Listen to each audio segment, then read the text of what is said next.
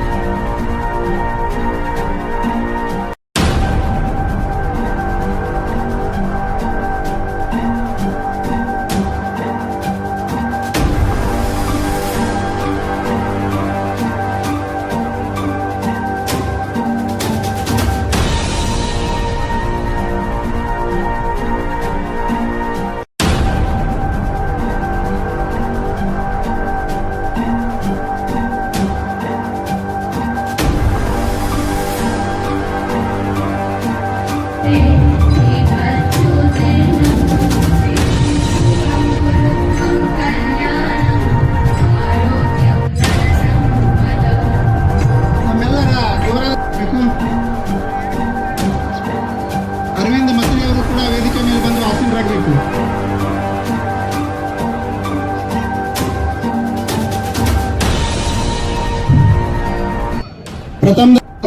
ಯಾಕಂತಂದ್ರೆ ಜಿಗ್ಜಿನಿ ಸಾಹೇಬರು ಒಂದ್ ಮಾತನ್ನ ಹೇಳಿದ್ರು. ಒಂದು ಮುಳವಾಡದಲ್ಲಿ ಸಂಗಮೇಶ್ವರ ದೇವಸ್ಥಾನ ಕಾರ್ಯಕ್ರಮ ಇತ್ತು. ಅವತ್ತು ನಾನು ಹೋಗಿದ್ದೆ, ಅವರು ಬಂದಿದ್ರು. ಅವರು ಆ ಸಂಗಮೇಶ್ವರ ಉದ್ಘಾಟನೆ ಮಾಡ್ತಂದ್ರೆ ನಾನು ಅಲ್ಲಿ 2.5 ಲಕ್ಷ ಹಾಕಿದ್ದೆ, ಅವ್ರು 1 ಲಕ್ಷ ಹಾಕಿದ್ರು. ಅವ್ರು 1 ಲಕ್ಷ ಹಾಕಿದಾಗ ಅವ್ರು ಬಂದಾಗ ಹೇಳಿದ್ವಿ, ಜಿಗ್ಜಿನಿ ಸಾಹೇಬ್ರ ನಿಮ್ಮಂತ ಪುಣ್ಯವಂತರು ಯಾರು ಇಲ್ಲ ಅಂತ ಕೇಳಿದಾನ. ಯಾಕ್ರಿ ದನೇರ ಅಂತಂದ್ರ ಅವ್ರು, ಇಲ್ಲ ನೀವು ಸೆಟ್ಗೆವನ್ ಬಲ್ಲಿ ಬೇಡ್ಕೊಂಡ್ಬರ್ಬೇಕಾದ್ರೆ ಹೆಂಗ್ ಬಂದಿರತ್ತಂದ್ರ ನೀವು ಭೂಮಿಗೆ ಹೋಗಿ ಜಿಗ್ಜಿನಿ ಅವ್ರು ಕೇಳಿದ್ರೆ ನೀವು ಕಂಡೀಷನ್ ಹಾಕಿ ನೀವು ಬಂದಿರಿ, ನಾವು ಕಂಡೀಷನ್ ಹಾಕ್ಲಾರ್ದ ನಾವು ಬಂದೇವಂದೇನ ಅವ್ರಿಗೆ. ಯಾಕಂತಂದ್ರೆ ಏನು ಇಡೀ ರಾಜ್ಯದಲ್ಲಿ ಯಾವ್ದಾದ್ರು ಸಂಸ್ಥೆ ಒಂದೇ ಒಂದು ಕೆಲಸ ಮಾಡ್ಲಾರ್ದ ಆರಿಸಿ ಬಂದಿದ್ದು ಕೀರ್ತಿ ಇವತ್ತು ರಮೇಶ್ ಜಿಗ್ಜಿನಿ ಅವ್ರಿಗೆ ಅಟ್ಟ ಸತ್ತೈತಿ. ಇವತ್ತು ಯಾವ್ದು ಅಭಿವೃದ್ಧಿ ಕೆಲಸ ಇಲ್ಲ ಅವತ್ತವ್ರು. ಅವಾಗ ಇವತ್ತು ನಮ್ಗೆ ಗೊತ್ತಿದೆ, ಇವತ್ತು ನಮ್ಮ ಬಿಜಾಪುರ ಗೋಳಗುಮಟ್ಟಕ್ಕೆ ಹೋಗಿ ನಾವು 1 ಸಲ ಹೋದ್ರೆ 7 ಸಲ ಹೋದಿರ್ತೈತಿ. ಇವ್ರು 20 ವರ್ಷ ರಾಜಕಾರಣ ಮಾಡಿದ್ರು ಲೋಕಸಭೆಯಲ್ಲಿ 1 ದಿವಸ ಹೋದಿರ್ಲಿಲ್ಲ. ಇವ್ರು ಅಲ್ಲ ಇಷ್ಟು ಮೇಲೆ ತಿಳ್ಕೋರು ಅವ್ರು ಎಷ್ಟು ಶಾಣೆ ಅದಾರ.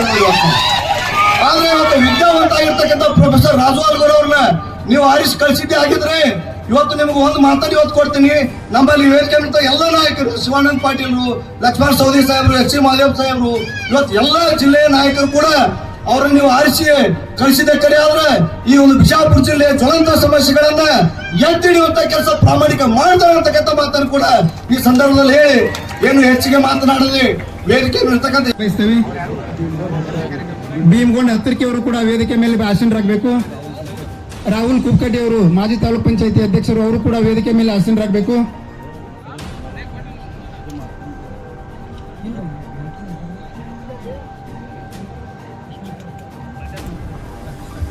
ಮಾಜಿ ಕೃಷ್ಣಾಕಾಡ ನಿಗಮದ ಅಧ್ಯಕ್ಷರಾದ ಬಸವರಾಜ್ ಕುಮಾರ್ ಅವರು ಕೂಡ ವೇದಿಕೆ ಮೇಲೆ ಆಸೀನರಾಗಬೇಕು. ಅವರು ಕೂಡ ವೇದಿಕೆ ಮೇಲೆ ಆಸೀನರಾಗಬೇಕಂತ ಕೇಳ್ಕೊತಾ ಇದ್ದೇವೆ. ಮಲಗಾನ್ ಗ್ರಾಮದ SB ನಿಂಗೂರು ವಕೀಲರು ಹಾಗೂ ಬಾಬುವಣ್ಣ ಕಲಬುರ್ಗಿ ಅವರು ಕೂಡ ವೇದಿಕೆ ಮೇಲೆ ಆಸೀನರಾಗಬೇಕು. ಗ್ಯಾರಂಟಿ ಒಂದು ಯೋಜನೆಗಳ ಅಧ್ಯಕ್ಷರಾದ ಸಂತೋಷ್ ಗಣಾಚಾರ್ಯ ಅವರು ಕೂಡ ವೇದಿಕೆ ಮೇಲೆ ಆಸೀನರಾಗಬೇಕು. ಚಿಕ್ಕೋಟ ಭಾಗದ ಮುಖಂಡರಾದ ದಾನಪ್ಪ ಚೌಧರಿ ಅವರು ಕೂಡ ವೇದಿಕೆ ಮೇಲೆ ಆಸೀನರಾಗಬೇಕಂತ ಕೇಳ್ಕೊತಾ ಇದ್ದೇವೆ. ಮಲ್ಲಿಕಾರ್ಜುನ್ ಗಂಗೂರ್ ಗ್ರಾಮ ಪಂಚಾಯತಿ ಅಧ್ಯಕ್ಷರು ಮಂದಾಪುರ ಇವರು ಕೂಡ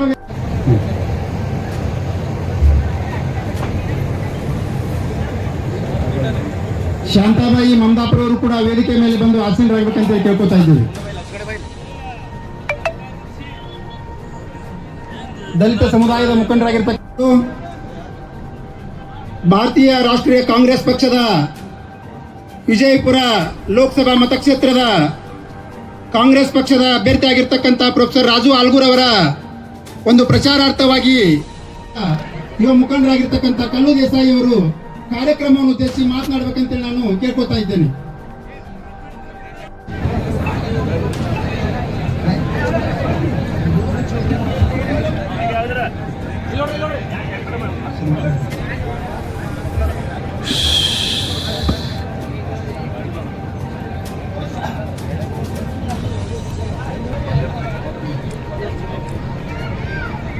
ಮಂತ್ರಿಗಳು,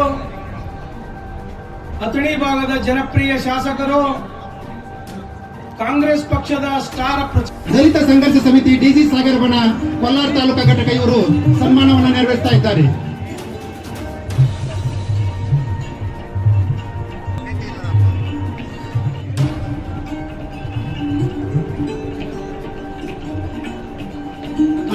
ಹೇಳುತ್ತಾ ಧನ್ಯವಾದಗಳು.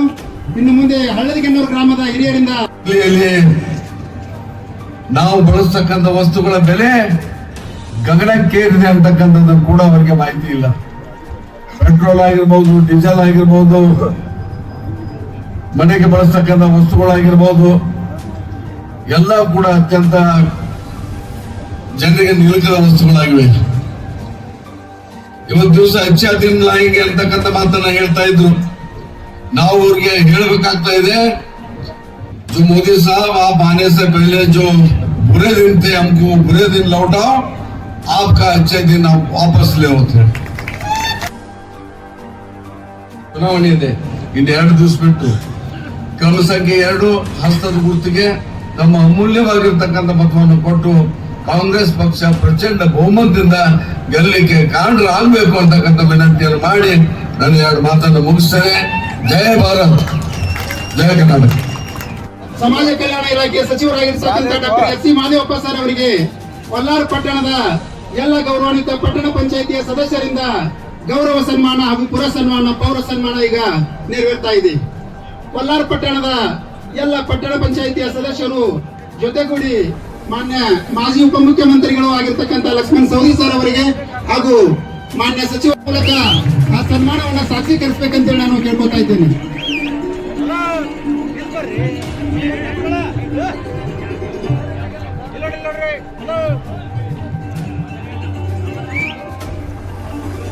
ಕೇಳ್ತೀವಿ. ಈಗ ತಾನೇ ನಮ್ಮ ಡಾಕ್ಟರ್ ಮಾದೇವಪ್ಪನವರು ಬಹಳ ಮನಮುಟ್ಟುವಾಗೆ ನಿಮಗೆಲ್ಲರಿಗೂ ಕೂಡ ಮನವರಿಕೆಯನ್ನ ಮಾಡಿದ. ರಾಜು ಆಲ್ಗೂರು ಕೂಡ ನನಗೆ ಆಶೀರ್ವಾದ ಮಾಡಿ ನಿಮ್ಮ ಸೇವಕನಾಗಿ ನಿಮ್ಮ ಸೇವೆಯನ್ನ ಮಾಡ್ತೀನಿ ಅಂತಕ್ಕಂಥ ಮಾತನ್ನು ಕೂಡ ತಮ್ಮ ಮುಂದೆ ಕೇಳ್ಕೊಂಡಿದ್ದಾರೆ. ಈಗ ಚುನಾವಣೆ ಅಂದ್ಮೇಲೆ ಡಾಕ್ಟರ್ ಈ ಕಡೆ ಒಂದು ಸ್ವಲ್ಪ ನಾವು ಜವಾರಿನ ಮಾತಾಡ್ತು. ಅದು ನೀವು ಬೆಂಗಳೂರು ಕಡೆ ಬಂದಾಗ ಆ ಕಡೆ ಒಂದು ಸ್ವಲ್ಪ ಸುಧಾರಿಸಿ ಮಾಡ್ತೀವಿ. ಇಲ್ಲಿ ನಾವು ಯಾಕಂದ್ರೆ ಕಟಕ್ ರೊಟ್ಟಿ, ಉಳ್ಳಾಗಡ್ಡಿ, ಖಾರಪುಡಿ ಹಾಕೊಂಡು ಜಡ್ದವ್ರು ನಾವು.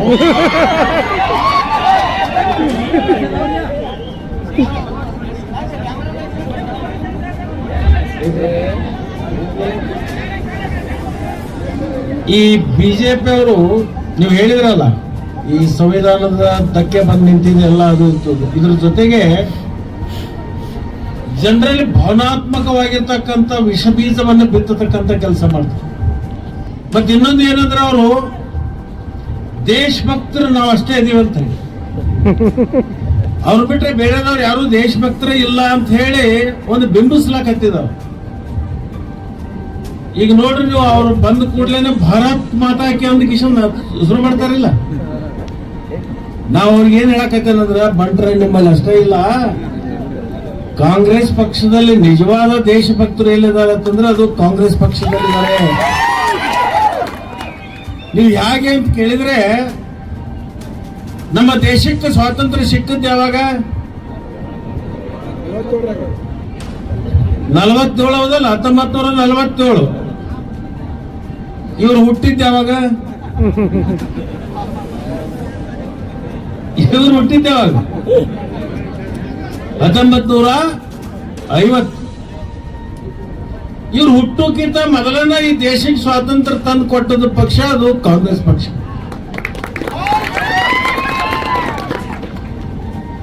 ಮತ್ತೆ ಯಾರು ದೇಶಭಕ್ತರಾದ್ರು? ಮತ್ತೆ ನೀವ್ ಹೆಂಗಾದ್ರಿ ದೇಶಭಕ್ತರು?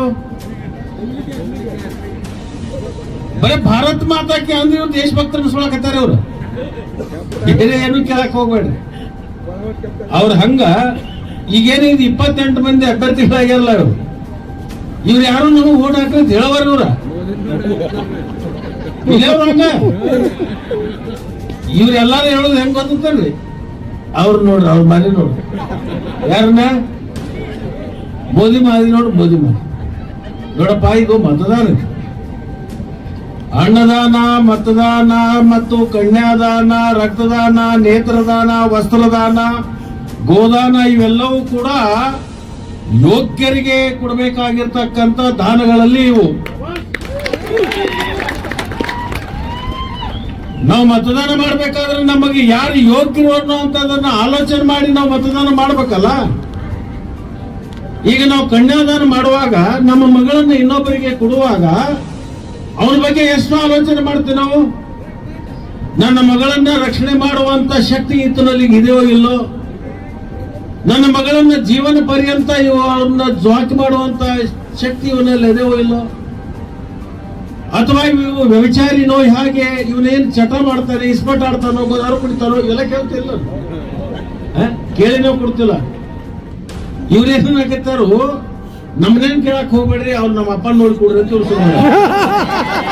ನಾವು ಕಣ್ಣೇ ಕುಡಿದು ನಿನ್ನ ಕೊಡಾಕತ್ತೀವ, ಏನ್ ನಿಮ್ಮ ಅಪ್ಪ ಕೊಡಾಕತ್ತೀವಿ ನಾವು.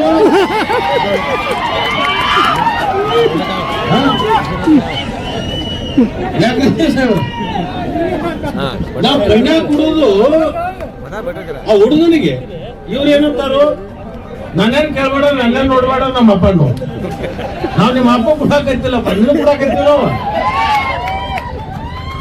ಅದಕ್ಕೆ ನಾನೇನು ನಿಮ್ಮಲ್ಲಿ ವಿನಂತಿ ಮಾಡ್ಕೊಳ್ತೀನಿ ಅಂತಂದ್ರೆ, ಯಾರಿಗೆ ನಾವು ಮತದಾನವನ್ನ ಮಾಡ್ತೀವಲ್ಲ ಆ ಯೋಗ್ಯವಾದ ವ್ಯಕ್ತಿ ಅದಾನ ಇಲ್ಲೋ ಮತ್ತು ಅವನ ಹಿನ್ನೆಲೆ ಏನೋ ಅವ್ನು ಮಾಡ್ತಕ್ಕಂಥ ಕಾರ್ಯಗಳೇನು ನೋಡ್ಬೇಕೋ ಮಾಡಬಾರ್ದು. ಇವತ್ತು ನಾನು ನಿಮ್ಮಲ್ಲಿ ವಿನಂತಿ ಮಾಡ್ತೀನಿ, ನಮ್ಮನ್ನವರು ಬರ್ತಾರೆ, ಅವರೆಲ್ಲರೂ ಕಡಿಮೆ ಮಂದಿ ಅದು. ನಮ್ಮದು ಪ್ರಚಾರ ಕಡಿಮೆ, ನಮ್ಗಿಂತ ಡಬಲ್ ಅದಾರ ಅವ್ರ ಪ್ರಚಾರದಲ್ಲಿ. ಬಸ್ ಸುಳ್ಳು ಹೇಳೋದ್ರಾಗಂತೂ ಅದನ್ನೇನು ವರ್ಲ್ಡ್ ರೆಕಾರ್ಡ್ ಮಾಡ್ದಂಗ ಅದಾರ. ನಾವು ಮತ ಕೇಳ್ತೀವಿ, ಅವರು ಮತ ಕೇಳ್ತೀವಿ. ಈಗ ಮಾದೇವಪ್ಪನವರು ನಾವು ಬಂದಿವಂದ್ರೆ ಏನು ಅರ್ಥಾರ್ಥ ಏನು? ನಾವಂತರ ವಕೀಲ್, ಇವರು ನಮ್ಮ ಕಕ್ಷಿದಾರ. ಯಾರು? ರಾಜು ಆಲ್ಗೋ. ನಾವು ವಕೀಲರು, ಅವ್ರ ಕಕ್ಷಿದಾರರು. ನಾವು ಯಾರ ಮುಂದೆ ನ್ಯಾಯ ಕೇಳಕತ್ತೀವಿ? ಇಲ್ಲಿ ಕೂತಿರ್ತಕ್ಕಂಥ ನ್ಯಾಯಾಧೀಶರ ಮುಂದೆ ನಾವು ಅಪೀಲನ್ನ ಇವತ್ತು ಮಾಡ್ಕೊಳ್ತಾ ಇದ್ದೀವಿ. ನಿಜವಾಗಲೂ ಪ್ರಜಾಪ್ರಭುತ್ವದ ವ್ಯವಸ್ಥೆಯಲ್ಲಿ ಯಾರಾದ್ರೆ ನ್ಯಾಯಾಧೀಶರಿದ್ರೆ ಈ ದೇಶದ ಬಾಬಾ ಸಾಹೇಬ್ ಅಂಬೇಡ್ಕರ್ ಕೊಟ್ಟಿರ್ತಕ್ಕಂಥ ಸಂವಿಧಾನದ ಅಡಿಯಲ್ಲಿ ಮತದಾರರು. ನೀವು 7ನೇ ತಾರೀಕಿನ ದಿವಸ ನಮ್ಮ ಪರವಾಗಿ ನ್ಯಾಯವನ್ನ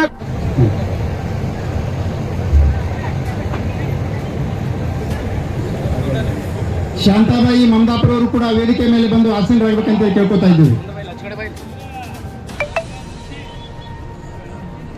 ದಲಿತ ಸಮುದಾಯದ ಮುಖಂಡರಾಗಿರ್ತಕ್ಕ ಒಳಗಾಗದೆ ಜನರ ಹಿತ ಮತ್ತು ದೇಶದ ಹಿತಕ್ಕೋಸ್ಕರ ಕೆಲಸ ಮಾಡಬೇಕಾದಂತ ಸಂಸ್ಥೆಗಳು.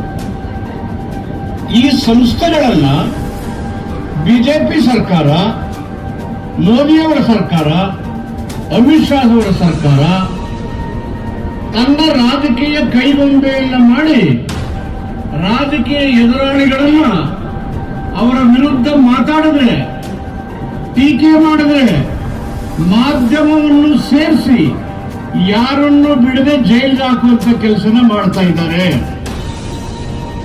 ಈ ಸಂಸ್ಥೆಗಳು ಯಾವುವು?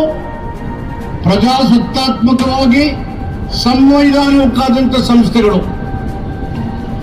ಇದು ಪ್ರಜಾಪ್ರಭುತ್ವವನ್ನ ಕುತ್ತಿಗೆ ಇಸುವ ಕೆಲಸ. ಯಾರು ಮಾತಾಡಬಾರದು, ಪ್ರಶ್ನೆ ಮಾಡಬಾರ್ದು, ತಪ್ಪು ಅಂತ ಹೇಳಬಾರದು ಅನ್ನುವ ರೀತಿಯಲ್ಲಿ ಮೋದಿಯವರ ಸರ್ಕಾರ ನಡೀತಾ ಇದೆ. ಅವರು ಇನ್ನೇನು ಹೇಳ್ತಾ ಇದ್ದಾರೆ? ರಚನೆ ಕಾನೂನುಗಳನ್ನು ಮಾಡುವಾಗ ಒಂದು ಕಾನೂನು ಮಾಡಿದ್ರೆ ನಮ್ಮ ದೇಶದ ಜನರ ಸಮಸ್ಯೆಗಳೇನು, ಈ ಕಾನೂನಿನಿಂದ ಅವರಿಗೆ ಎಷ್ಟು ಅನುಕೂಲ ಆಗುತ್ತೆ, ಅನಾನುಕೂಲ ಆಗುತ್ತೆ, ಇದರ ಉಪಯೋಗ ಏನು, ಒಂದನ್ನು ಚರ್ಚೆ ಮಾಡಿದ್ರೆ ರಾತ್ರೋರಾತ್ರಿ ಜನ ವಿರೋಧಿಯಾದಂತ ಕಾನೂನುಗಳನ್ನು ಮಾಡ್ತಾ ಇದ್ದಾರೆ. ನಮ್ಮ ದೇಶ ಪ್ರಪಂಚ ದೊಡ್ಡ ಪ್ರಜಾಪ್ರಭುತ್ವ ರಾಷ್ಟ್ರ ಅಂದ್ರೆ ನಮ್ಮ ದೇಶದ ಗಣತಂತ್ರದ ವ್ಯವಸ್ಥೆ, ಪಾರ್ಲಿಮೆಂಟರಿ ಡೆಮಾಕ್ರಸಿ ಸರ್ವಾಧಿಕಾರಿಯ ನಿರ್ಣಯಕ್ಕೆ ಹೋಲ್ತಾ ಇದೆ. ಡಿಕ್ಟಟೋರಿಯಲ್ ಅಡ್ಮಿನಿಸ್ಟ್ರೇಷನ್, ಸರ್ವಾಧಿಕಾರಿ ಧೋರಣೆ ಆಡಳಿತ ಅದಕ್ಕೆ ಹೋಗ್ತಾ ಇದೆ. ಪ್ರಜಾಪ್ರಭುತ್ವವನ್ನ ನಾಶ ಮಾಡ್ತಾ ಇದ್ದಾರೆ. ಇದಕ್ಕೆ ಉದಾಹರಣೆ APMC ಕಾಯ್ದೆ. ಯಾವ ರೈತರನ್ನು ಕೇಳಲಿಲ್ಲ, ಯಾವ ಜನರ ಅಭಿಪ್ರಾಯ ಕೇಳಲಿಲ್ಲ.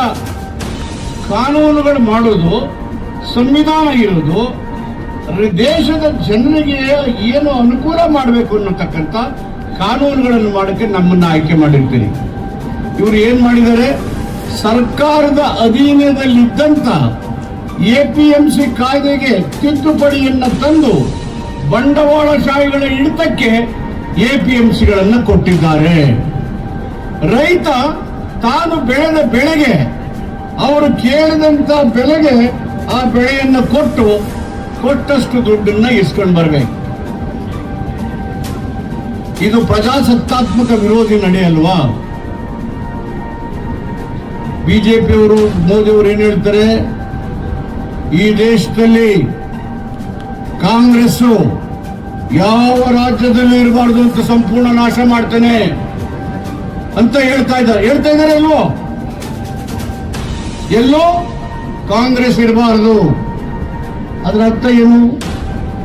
ವಿರೋಧ ಪಕ್ಷ ಇಲ್ಲದೆ ಇದ್ರೆ ಪ್ರಜಾಪ್ರಭುತ್ವ ಯಶಸ್ವಿಯಾಗಿ ಎಲ್ಲಿ ಕೆಲಸ ಮಾಡಕ್ ಸಾಧ್ಯ?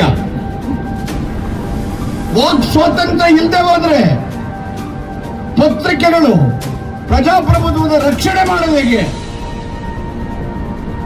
ಈ ಎಲ್ಲ ಸಂಸ್ಥೆಗಳನ್ನ ನಾಶ ಮಾಡುವ ಉದ್ದೇಶ ಪ್ರಜಾಪ್ರಭುತ್ವವನ್ನು ನಾಶ ಮಾಡಿ ಸರ್ವಾಧಿಕಾರಿ ಆಡಳಿತವನ್ನು ತರತಕ್ಕಂಥ ಪ್ರಯತ್ನಗಳು.